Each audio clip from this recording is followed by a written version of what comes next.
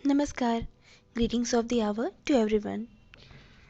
क्या प्रयाग संगम में स्नान करने से हमारे पाप सच में धुल जाते हैं? क्या गंगा, यमुना तथा सरस्वती माता की कृपा प्राप्त होती है? सरस्वती नदी सच में है अथवा कल्पना मात्र है? राजस्थान में जहाँ दूर दूर तक केवल रेत ही रेत दिखाई देती है, कभी वहाँ पर एक महान सागर हुआ करता था क्या? ऐसे तथा ऐसे अनेकों प्रश्न मेरे मस्तिष्क में बाल्यकाल से ही आते रहे हैं। मेरे विचार में सभी बच्चे बहुत ही उत्सुक और जिज्ञासु प्रवृत्ति के होते हैं, जो कि बहुत ही स्वाभाविक सी बात है। उनके मन के उपवन में नित्य नवीन जिज्ञासाएं अंकुरित होती रहती हैं, परंतु जब उनके बड़ों को स्वयं ही संपूर्ण सत्य का अथवा उनके प्रश्नों के उत्तरों का पता नहीं होता, तब वे अपने आप को असमर्थ मानते हैं उनकी उत्सुकता का निवारण करने में, और कभी कभी उन्हें डांट भी देते हैं। आज तथा अपने आने वाले कुछ वीडियोस में मैं शिप्रा ऐसे ही कुछ प्रश्नों के उत्तर तक पहुंचने में आपकी मदद करूंगी।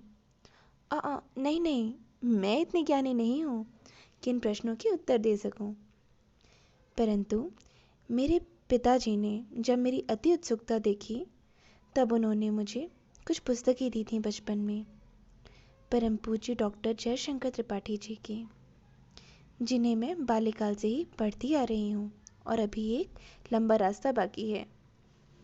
फिर जब उनके दर्शन प्राप्त हुए, तब उनके ज्ञान का असीम भंडार और उनका प्रभाव देखकर उन्हें अपना गुरु मान लिया।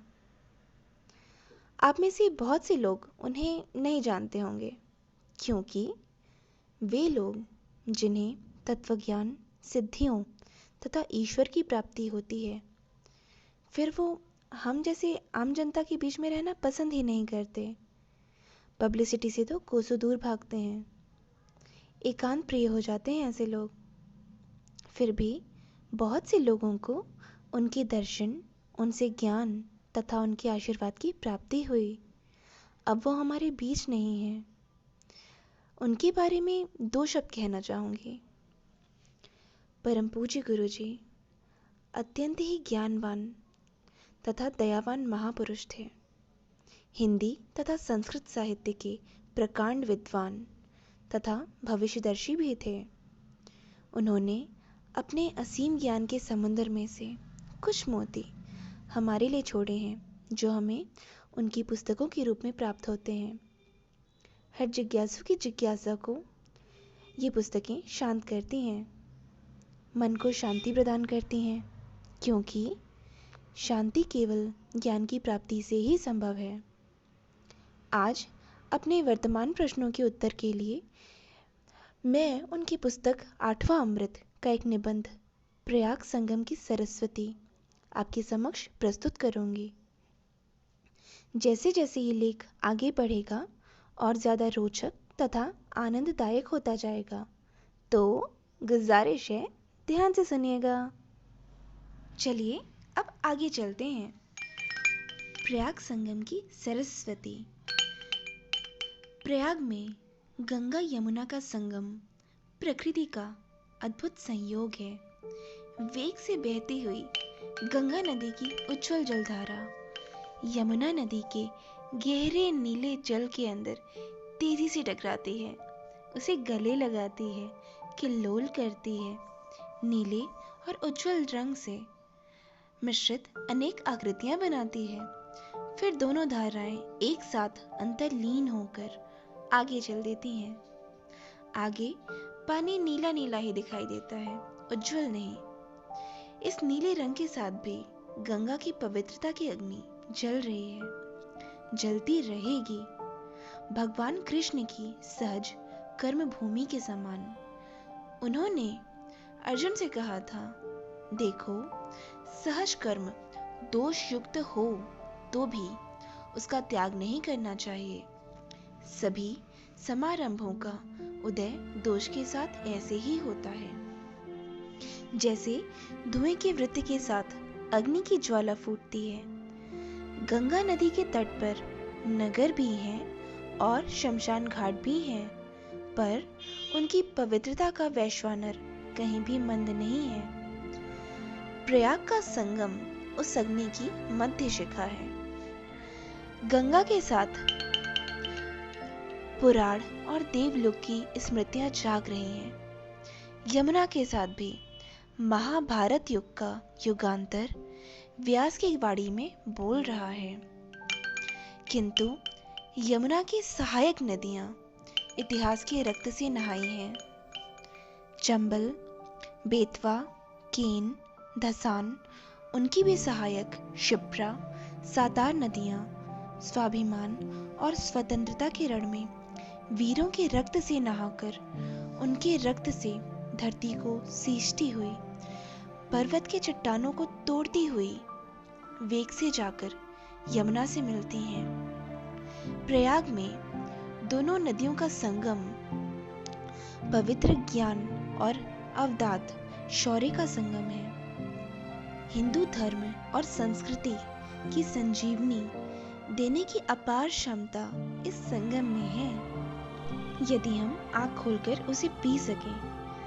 भारत के भूगोल में हिमालय पर्वत की जो स्थिति है, हिंदुओं की सनातन परंपरा में यही स्थिति इस संगम की है। हिमालय पर्वत ऋतुओं की बहार में इस देश को भर देता है। यह संगम हिंदुओं में निष्ठा से उस अमृत को जन्म देता है, जिसके रहते किसी कालकूट का प्रभाव उन पर पड़ नहीं सकता। कालिदास ने रघुवंश काव्य में इस संगम के स्नान को योगी के तत्वावबोध की सिद्धि बताया है। राम लंका विजय कर लौट रहे हैं। पुष्पक विमान पर बैठे हुए उन्होंने प्रयाग में गंगा यमुना के अद्भुत संगम को सीता को दिखाया। उसकी मनोहारी सुषमा की कई छवियों का वर्णन किया और फिर गंभीर होकर बोले, समुद्र पत्नी ओजल सन्निपाते पूतात मनामत्र खिलाभिषेकात् तत्वावबोधेन विनापि भूयस्तनुत्यजाम नास्ति शरीर बंधः। समुद्र की पत्नी गंगा और यमुना नदियों की जलधारा के इस संगम में जो स्नान करते हैं, स्नान करने से पवित्र उन आत्माओं को बिना तत्वज्ञान के ही मोक्ष मिल जाता है। मृत्यु के बाद फिर से जन्म नहीं लेना पड़ता। योग और ज्ञान से जो मुक्ति मिलती है, वह मुक्ति इस संगम में स्नान करने से ही संभव है। मुक्ति मिलती है या तो मुक्ति पाने वाला ही जानेगा, किंतु इस संगम के स्नान से धर्म की पवित्र तेजस्विता हमारी आत्मा को विभोर कर देती है। इतना हम भी जानते हैं। हजारों वर्ष पहले से चली आती परंपरा का उज्जवल विश्वास कालिदास की वाणी में बोल रहा है। कालिदास के अनंतर कुछ शताब्दियों बाद इस विश्वास में एक नई चमत्कारिक बात जोड़ दी गई। वह यह कि प्रयाग में 2 नहीं 3 नदियों का संगम है। जबकि कालिदास ने गंगा यमुना 2 नदियों के ही संगम की लोकोत्तर पवित्रता का गायन अपने काव्य में किया है। दूसरे कवियों द्वारा भी जो 7वीं सदी के पूर्व हुए हैं, यही उल्लेख होता है। वासवदत्ता कथा काव्य में वासुबंधु ने एक उपमा में केवल गंगा यमुना 2 नदियों की संगम भूमि प्रयाग को उपमान बताया है। हार लता रोम राजव्याज गंगा यमुना प्रयाग तटाभ्याम प्रयोधराभ्याम समुद्र भासमानाम। ऐसी ही एक उपमा वाणभट्ट ने भी कादंबरी में की थी। तीसरी नदी के संगम की बात मध्यकाल के इतिहास से जुड़ी है और इस काल के अनंतर संस्कृत अपभ्रंश या देश भाषा सभी के कवि प्रयाग को 3 नदियों का संगम मानते हैं, जो 3 भिन्न रंगों से उद्भाषित होता है। तीसरी नदी सरस्वती है, जिसकी लुप्त धारा आकर यहाँ मिलती है। सरस्वती नदी शिवालिक के पास हिमालय से निकलकर कुरु देश में बहती हुई सिंधु में मिलती है। सिंधु का अर्थ समुद्र भी है। कहा जाता है जहां आज राजस्थान का रेगिस्तान है, वहां पहले समुद्र था। इस समुद्र में ही सरस्वती नदी की धारा संगम करती थी। इस नदी की 7 सहायक नदियां थीं। आज कोई नहीं है। धरती में कुछ ऐसी उथल-पुथल हुई कि समुद्र के स्थान पर रेत निकल आई। सरस्वती की धारा सूख गई। आज सरस्वती नदी की धारा में कुरुक्षेत्र का सरोवर है। हिंदुओं के पवित्र ग्रंथ तथा विश्व के आदि साहित्य ऋग्वेद का अधिकांश भाग ऋषियों ने इसके तट पर रचा था। इसलिए भी सरस्वती नदी अपने आप में ज्ञान का पर्याय है। कालिदास और वाणभट्ट के समय तक सरस्वती नदी की धारा का रूप शेष था। कालिदास ने मेघदूत में, वाणभट्ट ने हर्षचरित में सरस्वती नदी का उल्लेख किया है, पर बाद में धारा का रूप भी बिल्कुल लुप्त हो गया। केवल कुरुक्षेत्र का सरोवर शेष है।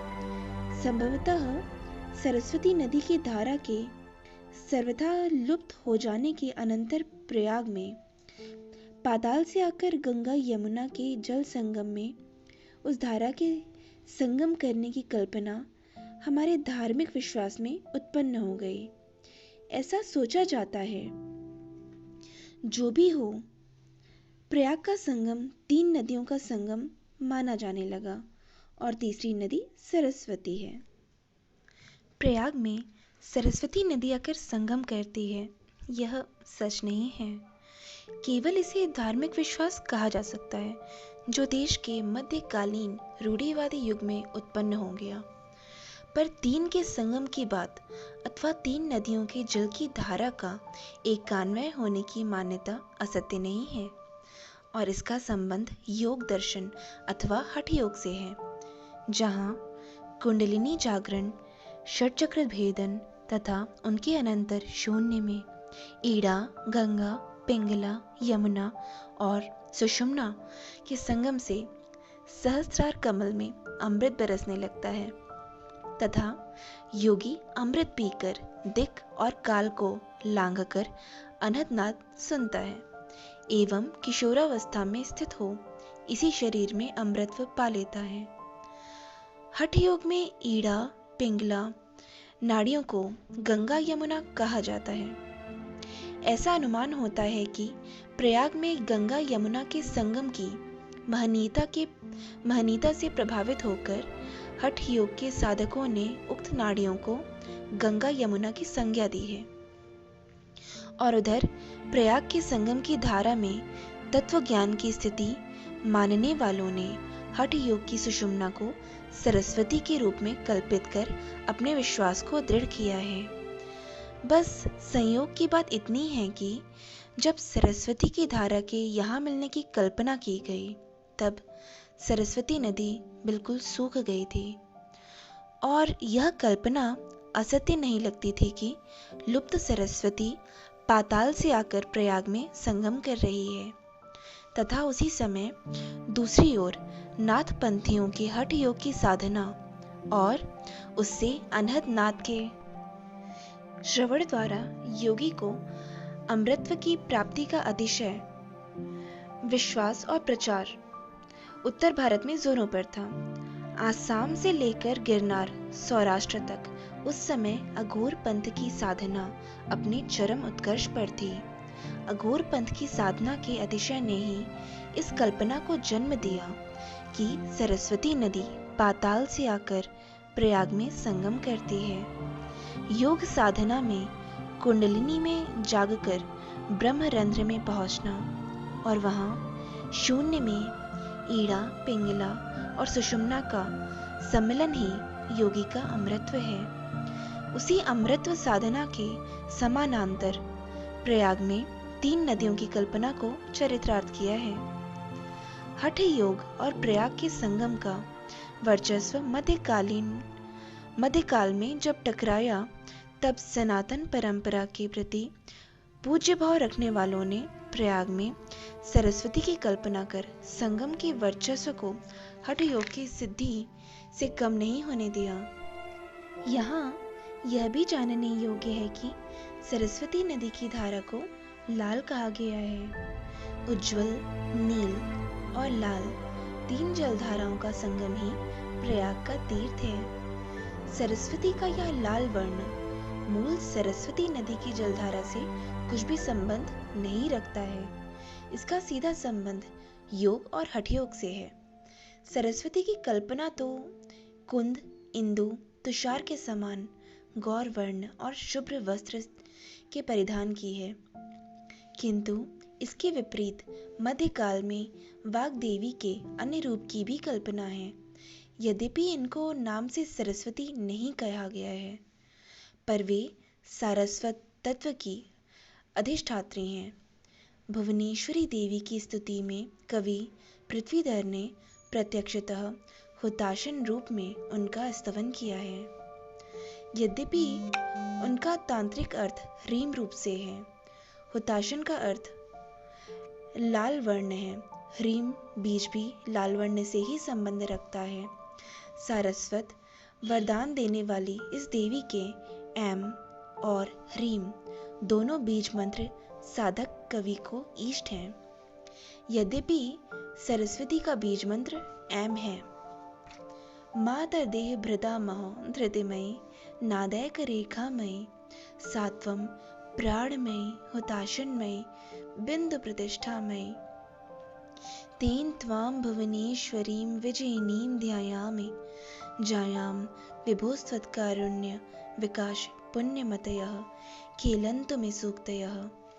धृतिमयी नादैक रेखामयी का अर्थ है एम, प्राणमयी ह, हुताशनमयी र, बिंदु प्रतिष्ठामयी का अर्थ है रीम।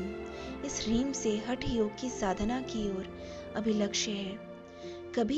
कवि सारस्वत तत्व की अधिष्ठात्री भुवनेश्वरी देवी के उस रूप का भी वर्णन करते हैं आगे, जिस स्वरूप का प्रत्यक्ष होना बिना योग साधना के संभव नहीं है।